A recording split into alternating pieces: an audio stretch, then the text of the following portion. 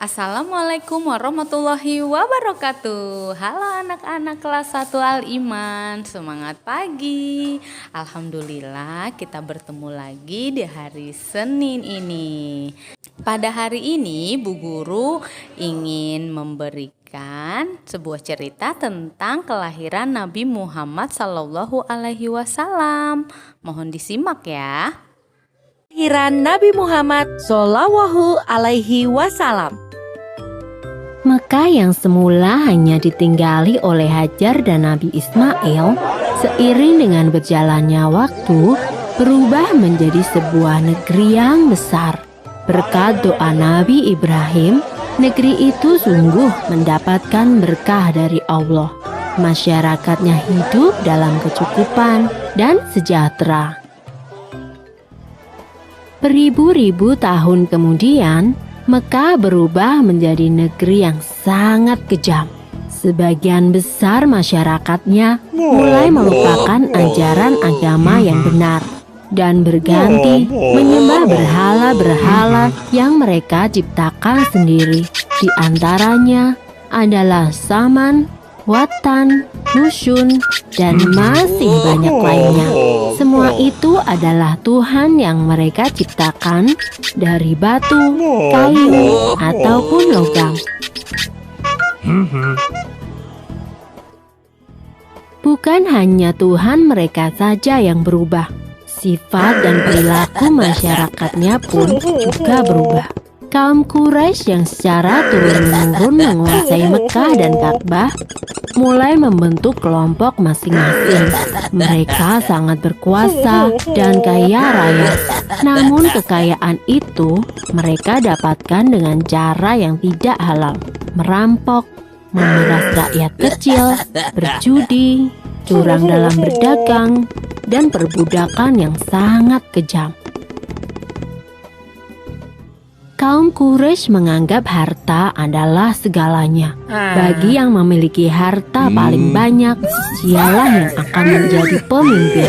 Demi mencapai kehormatan dan kedudukan, mereka menghalalkan segala cara.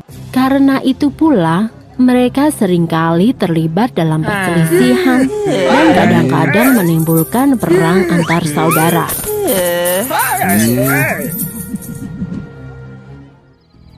Zaman di mana kaum Quraisy hidup dengan cara yang kejam disebut zaman jahiliyah. Pada zaman itu, ada seorang wanita soleh bernama Aminah. Suaminya bernama Abdullah. Pada saat Aminah mengandung, sang suami jatuh sakit dan akhirnya pun meninggal dunia. Aminah merasa sangat sedih karena harus hidup sendirian. Pada suatu malam, ia bermimpi melihat bulan jatuh ke pangkuannya. Menurut ahli tafsir mimpi, kelak anak yang dikandung oleh Aminah akan menjadi orang yang dihormati. Mekah dan Ka'bah semakin ramai dan berkembang. Orang dari segala penjuru selalu berkunjung ke Mekah untuk beribadah dan juga berdagang. Kemajuan Mekah membuat Abraha, seorang gubernur di Yaman, merasa kesal. Ia telah membuat rumah ibadah yang jauh lebih besar dan lebih megah daripada Ka'bah. Namun, tidak ada satupun orang yang mau beribadah ke Yaman. Abraha lalu memerintahkan agar semua pasukannya bersiap-siap. Mereka akan menyerang Mekah dan menghancurkan Ka'bah. Abraha dan pasukan bergajahnya menyerbu Mekah dengan penuh kesombongan.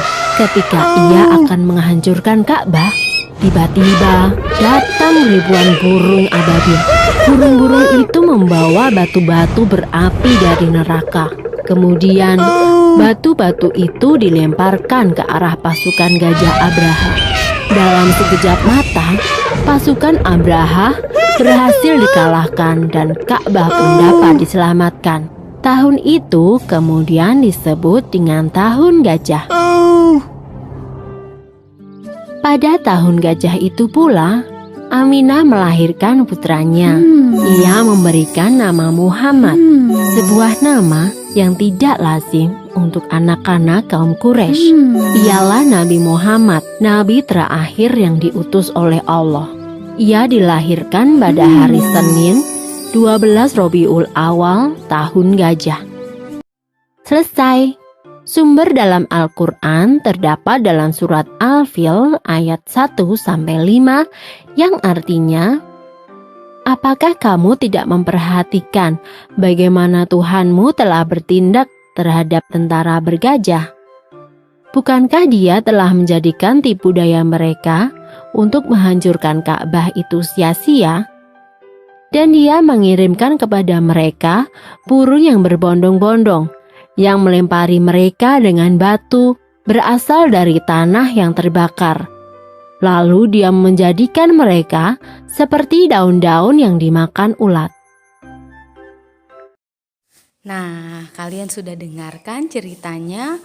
Itu sebagian besar cerita tentang kelahiran Nabi Muhammad SAW. Untuk tugasnya adalah hari ini kalian hanya menuliskan nama ayah, ibu, dan kota kelahiran Nabi Muhammad SAW. Nah, untuk hari Selasa, kalian tolong ceritakan secara singkat tentang kelahiran Nabi Muhammad SAW dengan video ya, berpakaian rapi. Oke? Terima kasih. Itu saja untuk kegiatan 2 hari ini. Wassalamualaikum warahmatullahi wabarakatuh. Dadah anak-anak, selamat berlibur.